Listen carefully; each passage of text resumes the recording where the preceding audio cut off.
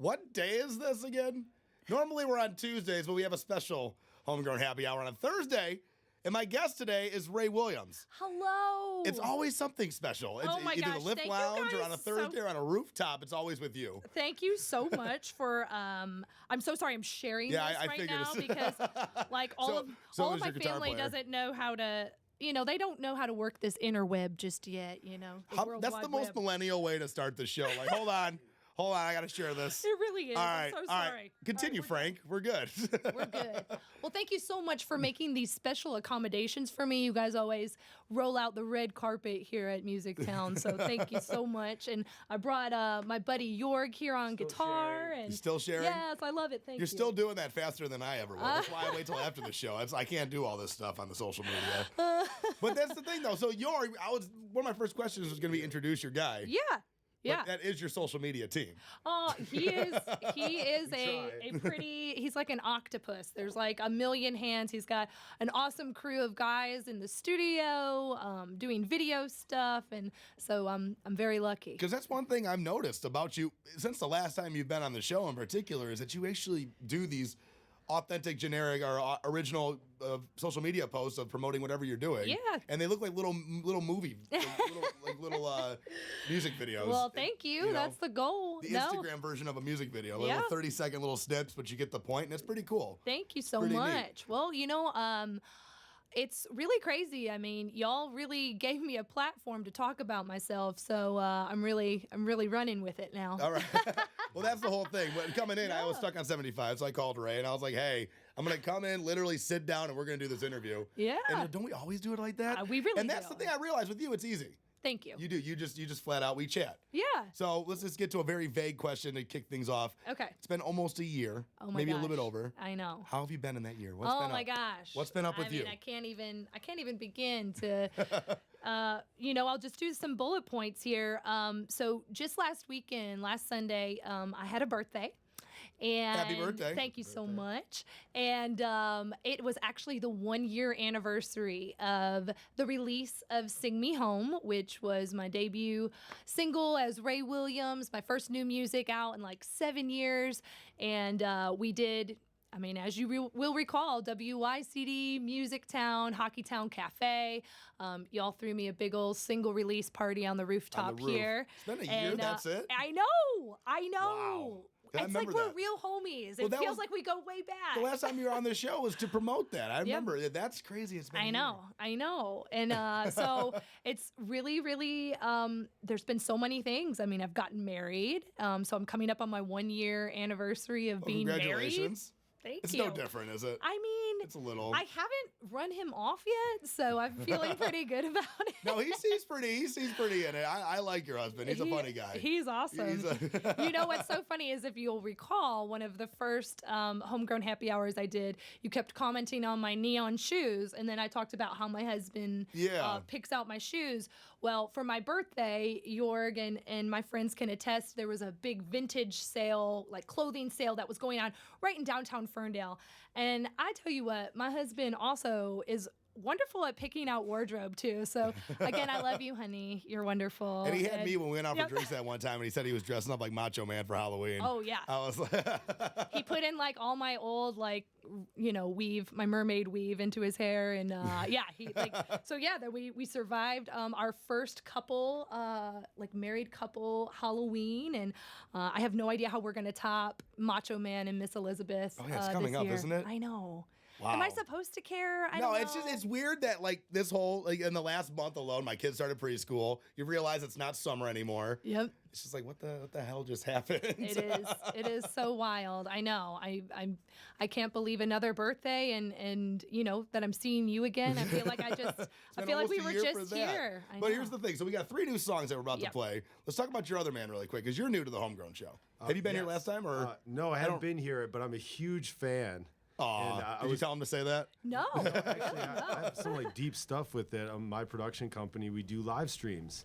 And we're on a 2-year anniversary on both these shows that we started, which is very similar to this, but we do more like a big bands and a live setting.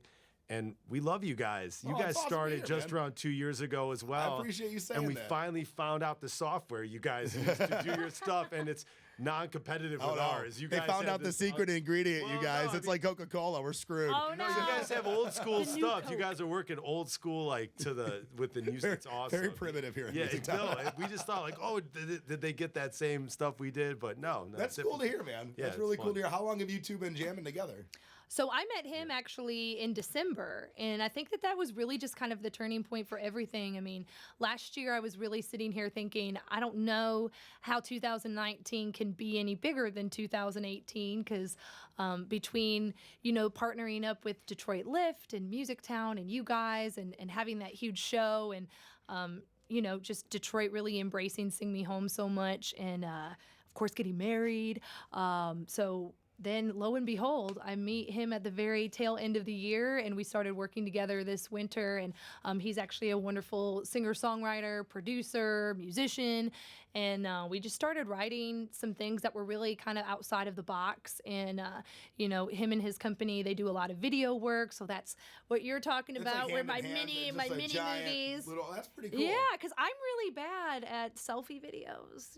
Like I always think I look terrible. Yeah, I so don't like doing it's them wonderful when somebody else is doing it That's for cool. me. So yeah, we've just been writing, and we're working out at a studio, Studio 221B out in Oak Park, and it's just been a really, really creative ball of energy that we keep building upon, and it's landed us some really incredible opportunities here recently. So That's I'm very awesome. excited. I'm excited too. So the first song you wanted to do, I heard you right before we started. Yes. You switched it up. You want I to go with did. Go Down first. Yeah, let's do it. All right. So this Yes. is Raye Williams live at Music Town with Jorg.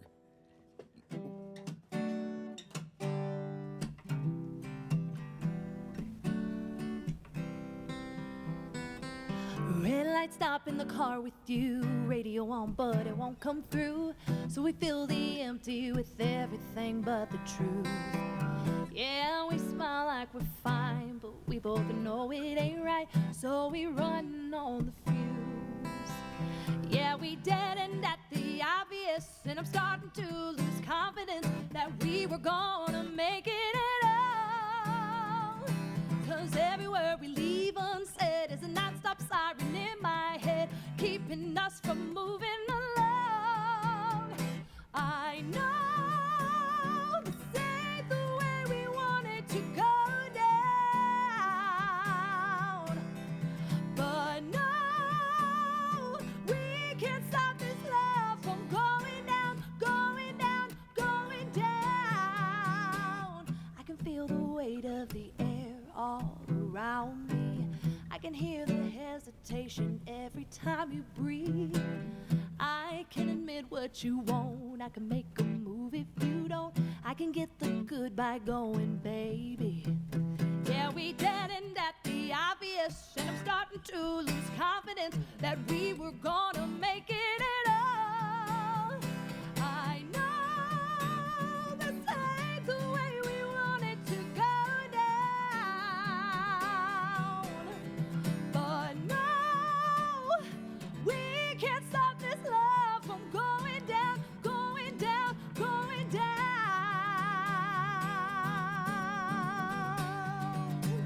going down. I can admit what you want. I can make a move if you don't. I can get the goodbye going, baby. And it'll break my heart, yes.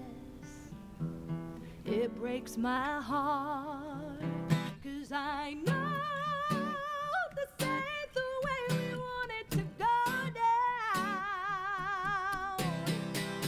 But no, we can't stop this love from going down, going down, going down. No, this ain't the way we want it to go down. But no, we can't stop this love from going down, going down, going down.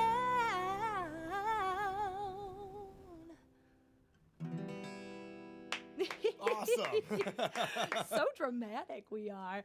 I wrote that with Jorg actually, and it's been really interesting too because coming from Nashville, I'm originally from Belleville, Michigan. I moved to Nashville right after high school, and I really got accustomed to writing songs like right away. I was put in writers' rooms with strangers, from 10 a.m. to 3 p.m., 5 days a week. And you get used to writing songs with a guitar, with a piano, and usually it's a musician that's more talented than you are at playing. And with Jorg, it was just such a different experience because he actually made tracks like on his phone and like these awesome like dance pop tracks. And basically my homework was, hey, go home and see if anything, inspires you or whatever, and come back tomorrow and, we'll work with what you've got. And I ended up going home and having a song from top to finish. That's awesome. So I've never written songs like that, and it was really, really, really cool, and it definitely just kind of got me out of my writer's block that I felt that I'd been in earlier this year. So we have quite a few songs like that. So well, speaking of writer's block, for someone who hasn't written a song, you made it sound like going to Nashville and doing these songwriter rounds. It's kind of like going to school. Oh, 5 days a week, 10 a.m. till 3 p.m. 100%. So say someone like me who's, I can't write a song. I've always thought it'd be cool to be able to like sit there and like, and write stuff out. I just cannot do that. Yeah. So what do they teach you, like 101 on how to connect with yourself to write lyrics to a song? Like what's the trick? I'll be totally honest with you. I was a very weird child. I really studied the inserts of cassettes and CDs. Like I was reading, who the songwriters were, the lyrics. So I just kind of already knew how to form them. Like I knew that it was a verse and then a climb and then a chorus and your bridge and all of that stuff. So I started writing songs in my little notebooks. My mother embarrassingly found all of them and put them in a scrapbook for me recently. That's awesome. With my 10-year-old cursive writing. You should have brought that with you. How cool would that have been to have little Next time I promise you. Stuff. This is your life. Yep. But yeah, so I was writing very dramatic songs at 10. Like apparently I had it really rough. Good. And so by the time I moved to Nashville, really the biggest thing was just kind of really making sure that I was open and I was present when you're writing with somebody that you've never met before, because it was easy for me to write it on my own and not really feel stupid for anything that I was coming up with. And everybody was really wonderful. And Nashville just in general was the best training ground for me, period. Sure. Just to be in the studio, to learn how to talk to people, to write songs, and really just do this, like be stripped down and not hide behind a band or whatever. So yeah, I'm so thankful. And, we've talked about it a lot in the past in Homegrown Happy Hour. I've lived just as much of my life in Detroit as I have in Nashville. So I definitely feel like I'm not one without the other. They're both pretty imperative. Right. Well, in the last year, though, since the release of Sing Me Home, yep, you've done a lot of stuff. I have. Oh, my gosh. What was the coolest thing for you this past year based off the coattails of the success of that song? So earlier this year, we were planning on another single release, and we were going to release a song called Suicidal Heart. And we did. We released a Detroit version, which was very bluesy. I recorded it with Jim Moose Brown, who has had a ton of #1 hits and is the band leader for Bob Seger and all that. And so we brought in the Motor City Horns, and we just made this really soulful record. And then I went down to Nashville in I think February of this year after the release of that song, and I recut it. And I basically had acoustic guitar really take over what a lot of those horns and B3 and everything were doing. And I released the single with a Detroit version and a Nashville version. And towards the end of April, it was pretty apparent that we were going to have to gear up, like what was next, how were we going to find money to do what was next, and kind of out of the blue, the biggest blessing and opportunity of my life feels like it fell out of the sky. But in fact, I just responded to a sponsored ad on Instagram. Tidal, the streaming company Tidal, which is owned by Jay-Z and, Beyonce, Jack White, it's the only artist-owned streaming service. And they really, really are all about their artists, and they're paying their songwriters and their artists way more than Spotify and Amazon and all that. And they had a sponsored ad on Instagram and on Facebook, where they were looking for Detroit area artists, and it was to qualify for a $1 million grant program. And basically the information was pretty open-ended and kind of vague, but they just had a submission form, and you know, attach the link to whatever video you want. And the whole thing is that this program is called Tidal Unplugged. So it had to be a cappella or just really stripped down acoustic. It could be a cover song or an original. And as I was saying, in Nashville, I mean, that's really all I did. That's all I could really afford to do, was just bring one other person to play with me. So I had a video from performing on WSM, which, you know, is the most famous country music station based out of Nashville. And I just submitted that and didn't think anything of it. It took me 60 seconds. And lo and behold, after the release of Suicidal Heart, I got an email saying that I'd made it to the next round, which just led to the next round, which led to video chats with the Tidal team in New York City. And I'm like sitting in my little office with my dogs barking in the background here in Clawson, Michigan. Like, is this thing on? Like, I don't know how to. Like the crazy dog. Yeah, like I don't know how to video chat. Hi. I feel so old. So yeah, we did all these interviews. Tidal came into Detroit from New York at the beginning of May of this year, and they auditioned 15 of us in person. And so we interviewed, and you know, you got a mic clipped to you, and there's just cameras in your face. And I don't know what came over me, but I was brave enough to play guitar for myself for this audition. and so I did a song, and everybody just really liked me. And then they asked me for another song, and I said, shit, I only practiced one song, so like I don't know what to do. So they said, just do something a cappella, don't even worry about it. And I just gripped my guitar and closed my eyes for dear life, and I just went into Aretha Franklin, Chain of Fools a cappella, and I'm almost positive that landed it for me. Yeah, if it's an Aretha song, I know, knowing you, you kind of killed that one. Yeah, so I found out in June that out of 3,000 submissions, I'm one of the 5 artists here in Detroit that is taking part in this brand new program that's starting here in Detroit. And it's all Detroit artists. Yep. That's really Absolutely. Cool. That's really cool. So it's called Tidal Unplugged. You can go to tidal.com/unplugged. And I mean, this is like a really big deal. That is a record deal. It's weird that it's just an literally Instagram ad, though, or like a social media ad. I mean, that's how it's done. Yeah. That's the whole point of social media, you know? Like, well, what was so people disregard different that, and though. so refreshing about this experience, and I mean, I know we've got plenty of time, so I won't, say all of it right now, but the really awesome thing about this opportunity was that these guys were based in New York City, and there really wasn't any favoritism. There wasn't any kind of local politics that were involved. Nobody came referred from somebody else.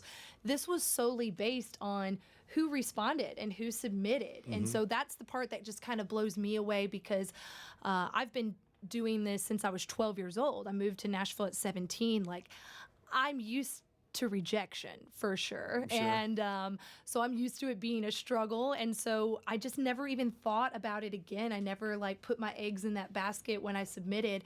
And then every round that I kept making it through, I literally was like, are you sure? Like, is this a mistake? The moral of the story is just do it. Like, you never know. Just do it. Absolutely. 'Cause there's been a few artists in here that, are very shy about their work. And it's like, no, just get it out there. Absolutely. I mean, at this point, there's just nothing to lose. Right. And so with this grant, I mean, everything is really catered specifically to these 5 artists. We're all at very different stages of our careers. We all need different things. And the whole platform is to truly make an artist career. Like, they want to make a superstar, and they want to hear directly from us. Like, we are constantly in communication with New York City, with LA, about just ideas and people that they can get us meetings with, and just mentoring sessions. They're flying us out to New York City in a few weeks. And this is just a much bigger deal than I thought it was. Even when I found out that I got it, I still don't think I really understood what that meant. And then they came to Detroit, and Jorg was here for that as well. And they showed up with like a 15-man camera crew, and just microphones in everybody's faces. Like Entertainment Tonight. Yeah, and they're making this entire program a documentary. That's cool. Yeah, that's really cool. I'm like, oh, sorry, Mom. Please don't watch this. So any of the songs that you're singing today, are you gonna be caught performing on this whatever? Yeah. So we just went national with the announcement. So basically all summer has been hell for me because I have not been able to say anything to anybody. Well, you're allowed now, so this is all cool. Yes, this is awesome. So the announcement went live 2 weeks ago, and so one of my intro videos is actually the song we just did, Go Down. They have like a very futuristic thing where they like play music in the background for all of us, and I don't know, I feel kind of like I'm a contestant on The Real World. That's sweet. I don't think they're contestants, but whatever. No, yeah, but I get it. Like it's just like it's kind of like a really cool feeling to know that it's like set up like that for you. Absolutely. You know, I remember when this is silly. I still don't have this, but I remember when I was going to Specs Howard before I was a little DJ, and they had like the little Specs Howard Hall of Fame and all the people that made it kind of somewhat famous that went to Specs. And I thought that would be sweet to always have something like that. And you throw in music on top of that, you know, like little videos that you do, little blurbs, little bios. That's really cool. It's so crazy. That's really cool. Everyone has been so excited for me, and you know, even just phone conversations that we just had with New York a couple days ago, like, I mean, we're just talking about huge productions, you know, in terms of music videos and these trips and just who they want to get me in the studio with. And I'm just really in awe because I just really didn't think that the artist thing was coming back around. And so even last year, I mean, that surprised me, but I kind of thought that maybe that was like the peak, you know, like that was the resurgence, and you know, you'll perform around Detroit and you'll be like a local favorite and you'll keep writing songs and you'll keep plugging away.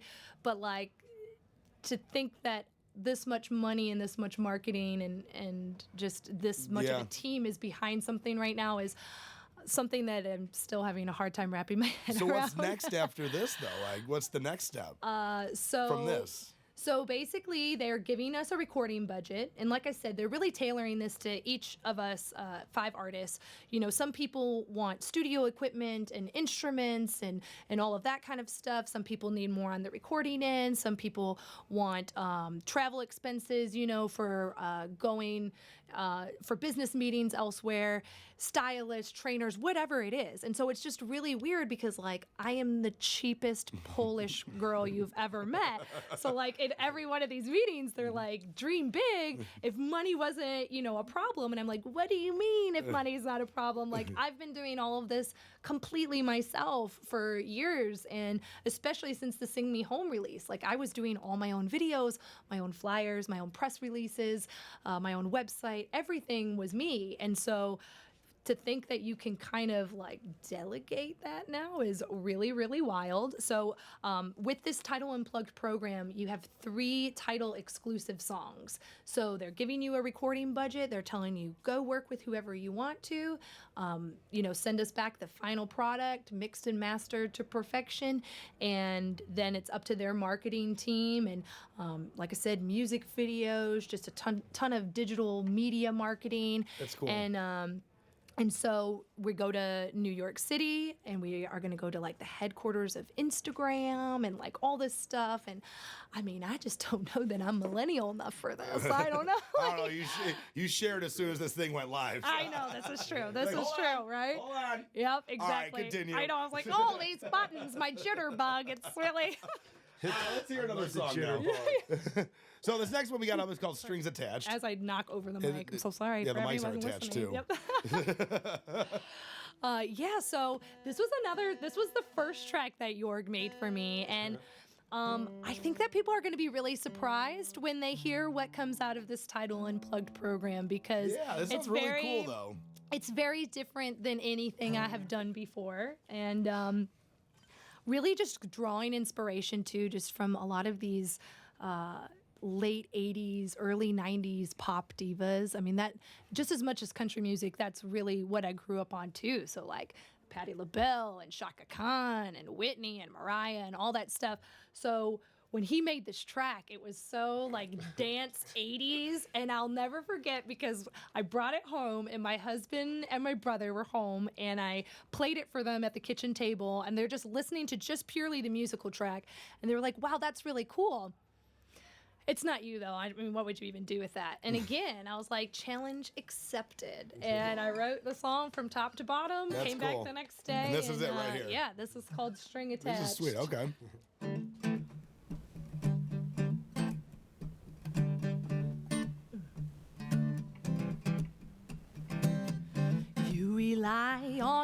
skeptical heart who doesn't question what you are or what you are to her.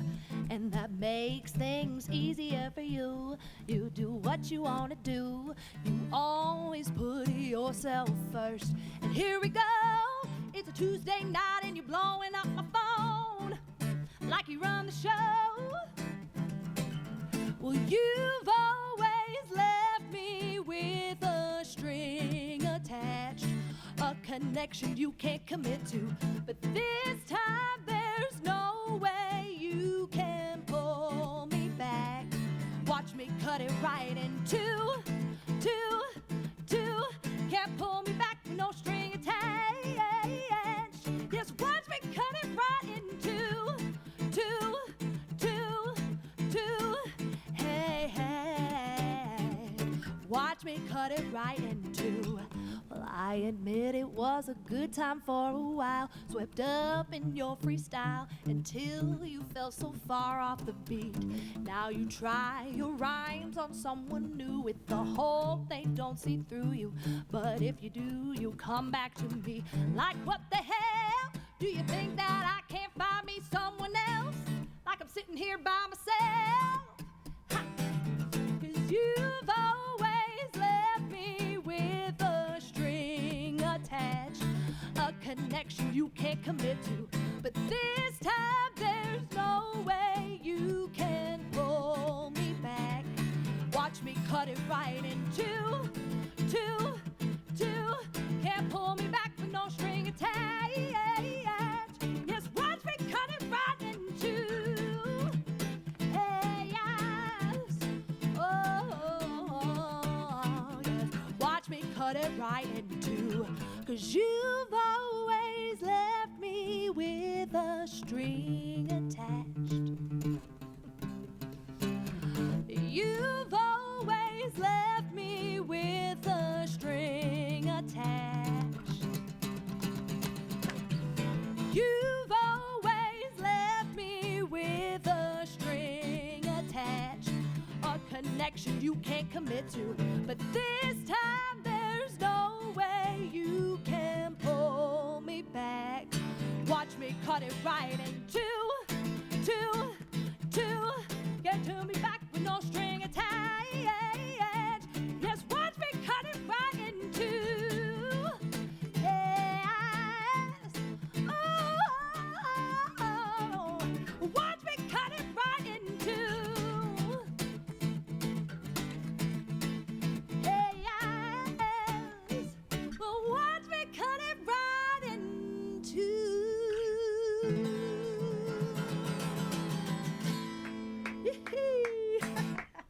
Awesome.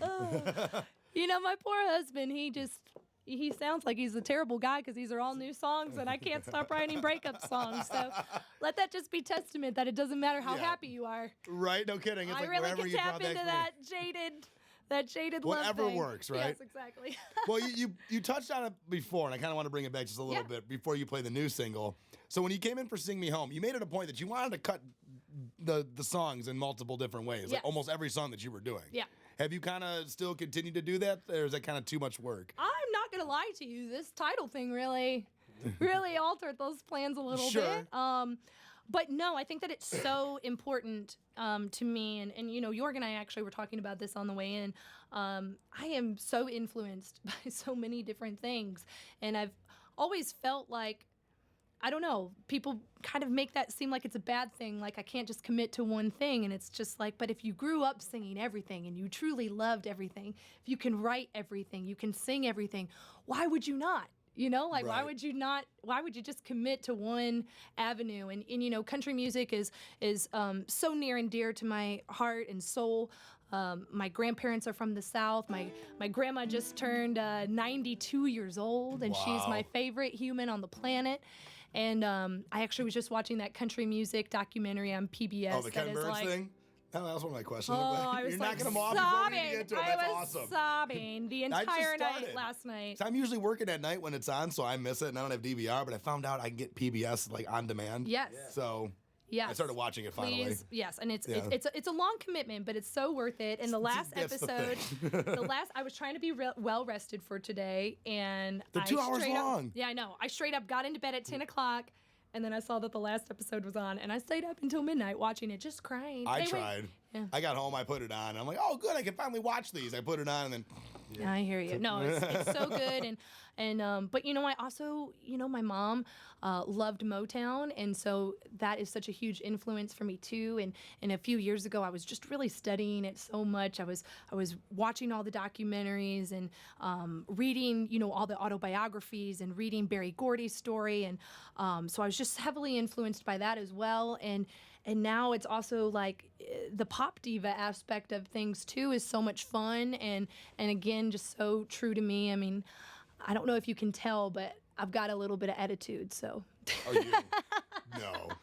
I got a little attitude. With you saying that makes me think a little bit since like the first time when we were in with the Lift Lounge with the crazy shoes. Yeah. The next time we see me, there is a little bit of an attitude to you. There is. It's not a bad thing. It's not a bad thing at all, but there is. It's like a little bit of a transformation, but it's a little subtle too. So Thank you. It's not too crazy. Well, you know what? And I think that that's beautiful, and I appreciate you bringing it up because I think that when I first met you, which was in the spring of last year, 2018, and literally I was there because I responded to a text from Lyft. So again. Like, here we are full circle of how responding to something on my phone. And it's like, I've been working my butt off my entire life. I've literally never tried to pursue anything else. And so the fact that I work this hard, I've played this many shows, I've been in the studio, I've written this many songs, and then it literally was a submit button twice. Where lightning struck twice. Right. And I think that Homegrown that we did back in April, that was in the bigger room, I was so nervous. Like, it was also just kind of like are you sure? Like, I was too, because they just told me to come here and do this.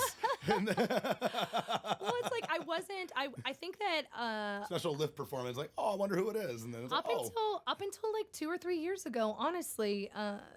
I did not know that the artist thing was really going to come back around. And so it was a little, not left-footed, but just a little unsure stepping back into that spotlight and into those shoes, of course.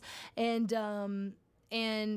it's just been such a growth. I mean, I started a blog when I moved back to Michigan because I was having a really hard time with the transition of being back in Michigan from being in Nashville, where it was just go, go, go, go, go. Even if you weren't necessarily progressing as a musician, you were still around musicians and songwriters and live shows and stuff all the time. So you kind of confused busyness with productivity.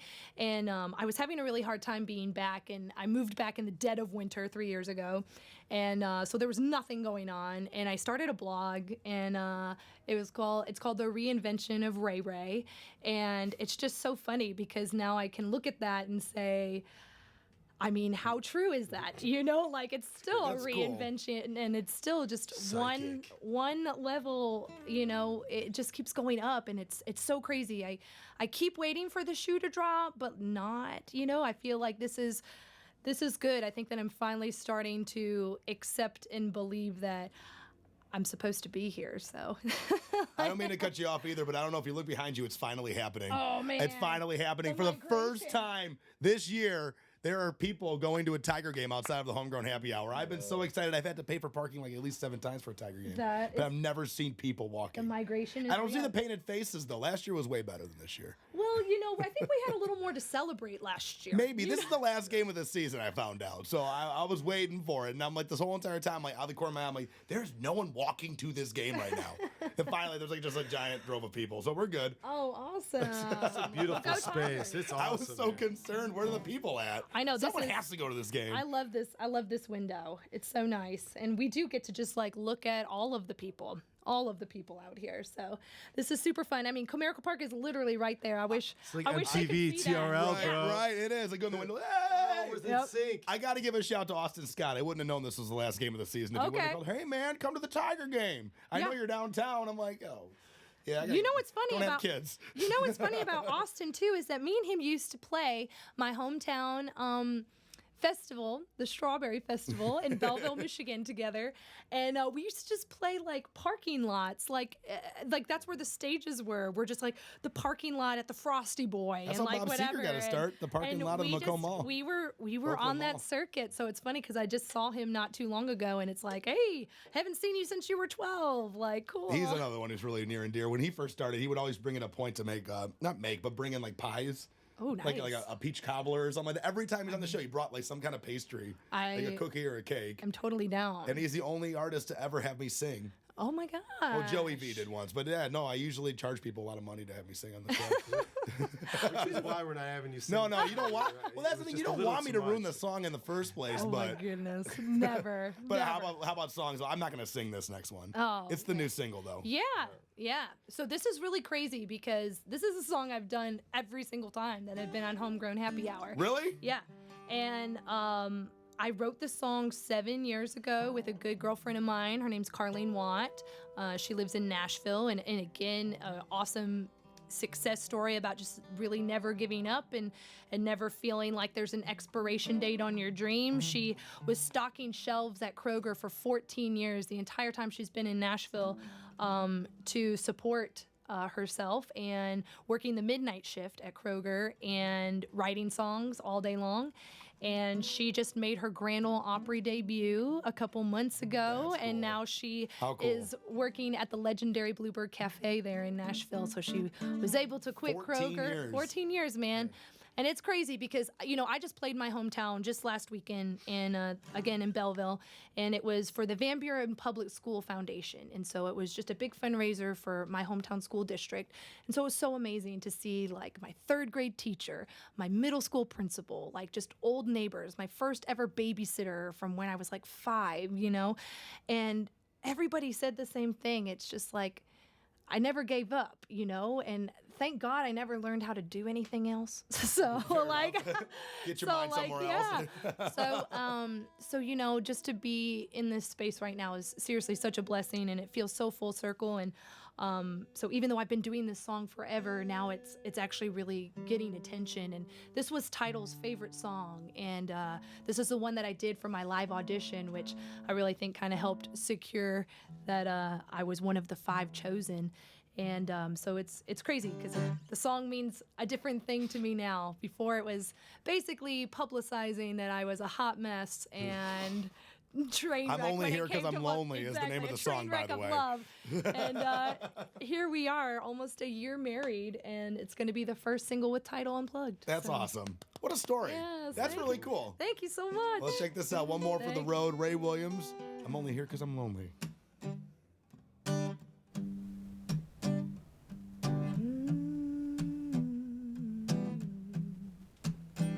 At some point in my life, I realized that love may never come for me. So I've settled for the next best thing and hope it's good enough. So here I am at your door, and I can tell you don't know what to say. Well, don't worry, baby, that's okay. I'll do the talking, you know what I'm about to ask. But this time there's no strings attached. I'm only here 'cause I'm lonely. I know damn well you don't love me. So hold me tight and don't judge me, no. I'm only here 'cause I'm lonely. Regret is gonna come up with the sun, but I'm the one who made this bed. So I'm gonna have to live with it. And it won't be easy, but I'm not thinking about tomorrow tonight. And I don't care that it's not right. I'm only here 'cause I'm lonely. I know damn well you don't love me. So hold me tight and don't judge